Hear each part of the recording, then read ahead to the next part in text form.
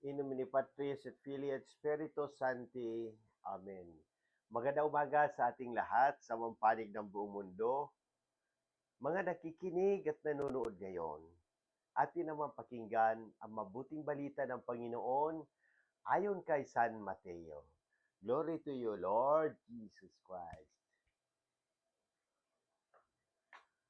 Noong panahong iyon, sinabi ni Jesus sa mga tao, sa ano ko nga ihambing ang mga tao ngayon? Katulad sila ng mga batang nakaupo sa plaza at sumisigaw sa kanilang mga kalaro. Tinugtugan namin kayo ng plauta, ngunit hindi kayo sumasayaw. Nanambitan kami, ngunit hindi kayo tumangis.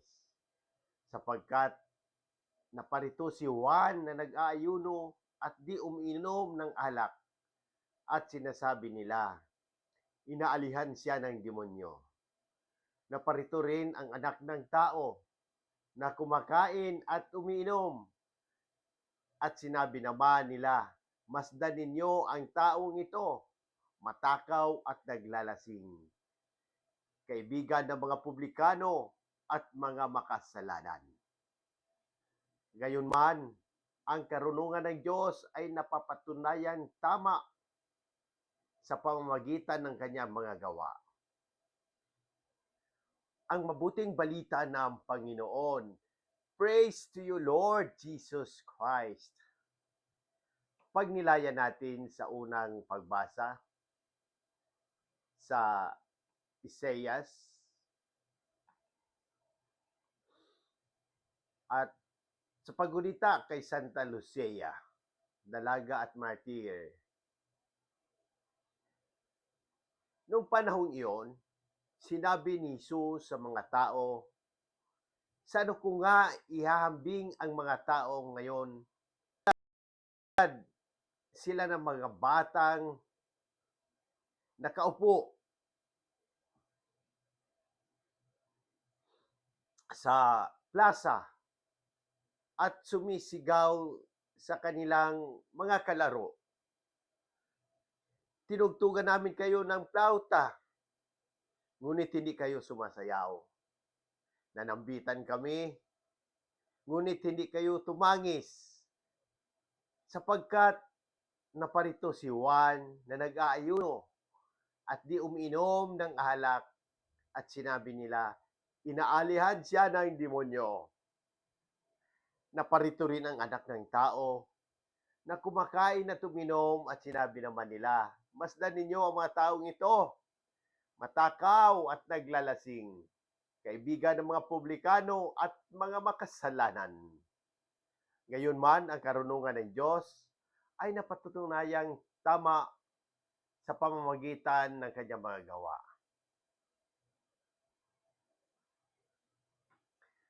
Ang ating Diyos ay nagtuturo ng tamang landas at nagbibigay ng kapayapaan sa mga sumusunod sa kanyang mga kautusan.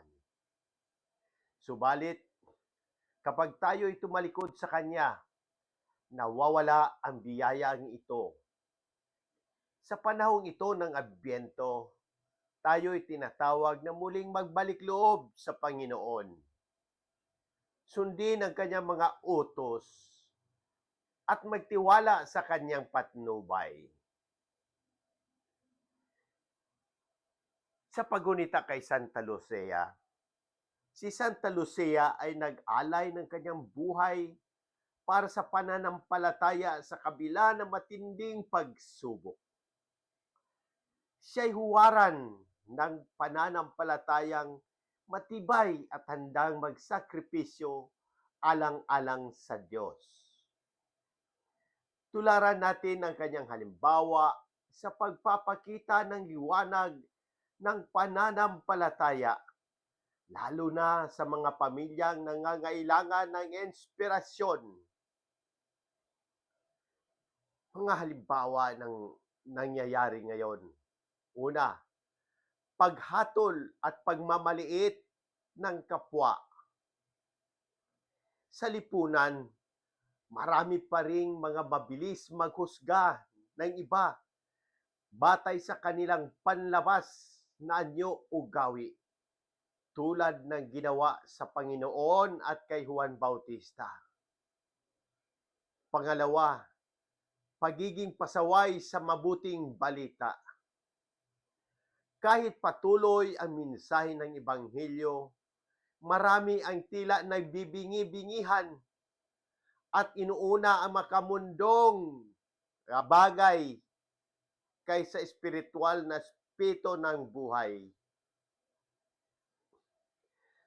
Sa ating pagninilay sa pamilya at buhay, paano natin binubuhay ang diwa ng Adbyento sa ating pamilya? Tayo ba ay nagiging mas sensitibo sa mga pangangailangan ng bawat miyembro ng pamilya? Hinuhubog ba natin ang ating mga anak na maging mapagpakumbaba, mapagpatawad, at masunurin sa Diyos? Ang mga kasulatan, tradisyon at magisterium ng simbahan ay nagtuturo sa atin na maging matatag sa pananampalataya at maging liwanag sa ating mga tahanan. Ang Adbyento ay pagkakataon upang magnilay, magbago at palakasin ang relasyon natin kay Kristo at sa isa't isa. Ano ang ating baguhin ngayong Adbyento? Una, manalangin bilang pamilya. Maglaan ng oras para sa sama-samang pagdarasal ng pamilya, tulad ng pagninilay sa Ebanghelyo o pagbibigay ng pasalamat. Maging bukas palad, magbigay sa mga nangangailangan, lalo na sa mga walang kakayahan ngayong Kapaskuhan. Pangatlo, pagpapanibago ng puso. Magbalik loob sa Diyos sa pamamagitan ng sakramento ng kumpisal. Pang-apat, pagsasabuhay ng Ebanghelyo. Itanim sa puso ang mensahe ng pagkakaisa, pagmamahalan, at kapayapaan. Manalangin tayo. Ama naming mapagmahal, sa panahon ng Adbyento, buksan mo ang aming puso sa iyong liwanag. Tulungan mo kaming makita ang iyong kamay sa aming araw-araw na buhay at gabayan kami upang kami magbago ayon sa iyong kalooban.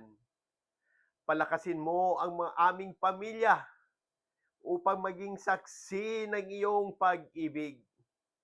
Hinihiling namin ito sa ngalan ni Jesus kasama ng Espiritu Santo, mapagsawalang hanggan. Amen.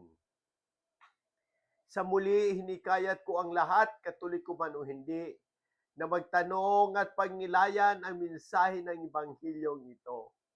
Kung may mga katanungan kayo tungkol sa pananampalataya, ang ating simbahan o anumang aspeto ng ating buhay, bukas ang aking puso na sagutin ang mga ito. Sama-sama nating pagnilayan at palagan ng habag at pag-ibig ng Diyos na ipinapahayag ni Jesus sa Ebanghelyong ito. Sa pamagitan ng ating mga gawain at salita, naway maging daluyan tayo ng habag at pagmamahal ng Diyos sa lahat ng tao. Amen. In nomine Patris et Filii et Spiritus Sancti. Amen. God bless!